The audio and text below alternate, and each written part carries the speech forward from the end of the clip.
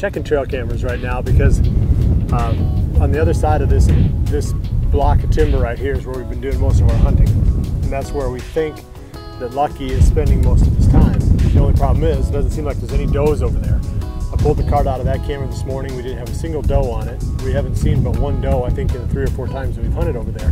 So now we got the rut coming. We know the bucks are going to be looking for does.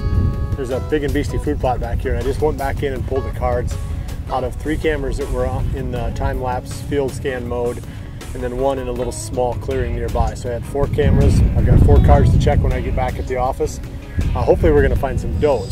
If we don't find Lucky, at least we want to find a bunch of does so that we know with the rut coming in, we've got some place where these bucks are going to lock in on. But it's also a good opportunity to test out QuietKat's newest machine. And if you didn't notice, I was having a lot of fun coming ripping back in on that thing. But this is a 72 volt unit, so it's got a lot of power. It's got way more power than the unit that I tested just a few weeks ago.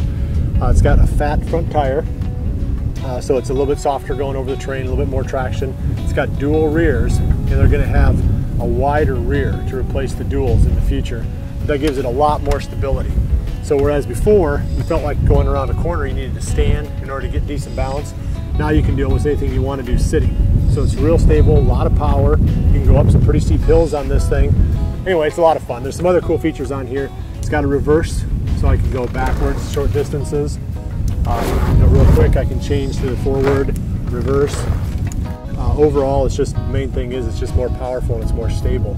It doesn't fit into every situation that we use here on this farm, but for stuff like this, it's perfect. You know, going out and putting up tree stands, checking trail cameras, stuff where you want to do it quick, you don't want to make any noise, and you don't want to leave any scent. I mean, literally, if I don't touch something with my legs going past, I'm not going to leave any scent behind. So that's perfect for getting in, setting up a stand quick, and getting out, or, like I said, in this case, checking trail cameras.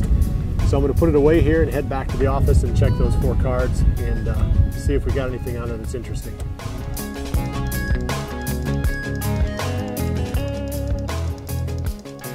Pulled the cards off the cameras that run that big and beastie plot, and that seems to be where the action's at right now.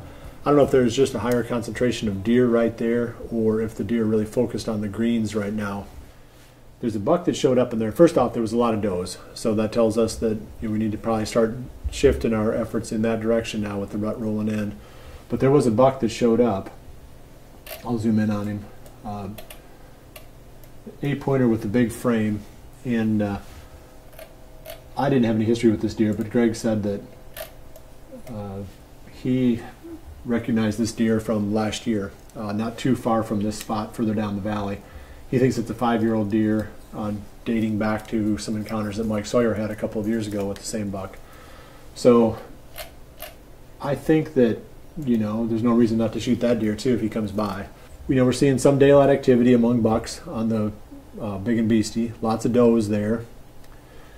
Shifting gears and going back to where we're hunting on the other side of this block of timber, we're just not seeing that much activity, and we're hunting on the corn. So take it for what it is. I'm not sure what that means, but we're definitely going to be moving in that direction.